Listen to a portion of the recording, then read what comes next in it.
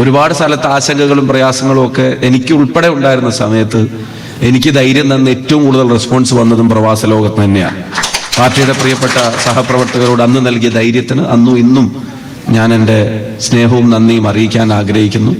പ്രിയപ്പെട്ട C P Mustafa ഇവിടുന്ന് പോയി അദ്ദേഹം പറഞ്ഞതുപോലെ തന്നെ മുസ്ലിം ലീഗിന്റെയും KMCC-യുടെയും പ്രവർത്തകർ വളരെ ഊർജ്ജസ്വലമായി ആ തെരഞ്ഞെടുപ്പിലേക്കുള്ള പാതയിൽ നമുക്കൊപ്പം നിന്ന് ആ തെരഞ്ഞെടുപ്പ് നമ്മൾ ജയിക്കാനുള്ള പോരാട്ടത്തിൽ തോളോട് തോളുരുമി നിന്നവരാണ്.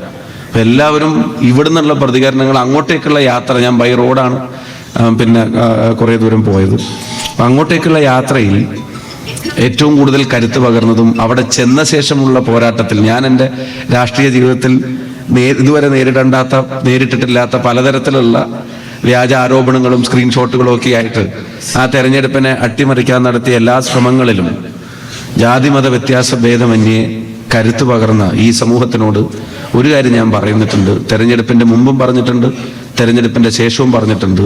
എൻ്റെ നന്ദി വാക്കിൽ ഒതുങ്ങാതിരിക്കാൻ, എൻ്റെ നന്ദി പ്രവൃത്തിയിലൂടെ നിങ്ങളെ കാണിക്കാൻ പരമാവധി ശ്രമിക്കും എന്നുള്ളത് ഇതിനു മുമ്പ് പറഞ്ഞിട്ടുണ്ട്.